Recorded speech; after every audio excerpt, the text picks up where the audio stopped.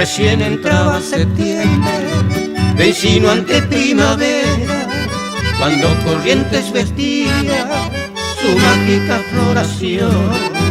Acordeones y guitarras silenciaron sus acordes, porque el río y sus misterios de luto a todo vistió.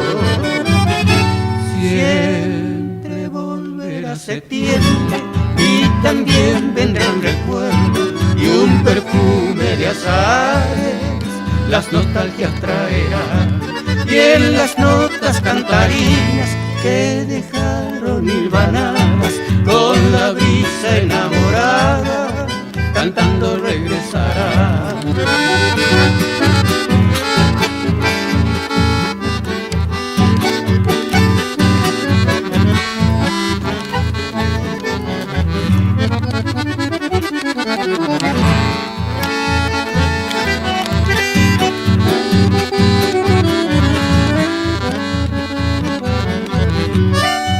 Hay un halo de poesía, hay un canto agradecido que tendrá siempre prendida la llama de aquel fogón, encendido en esas noches con el fulgor de sus trinos, y que siempre el correntino respetuoso cuidará.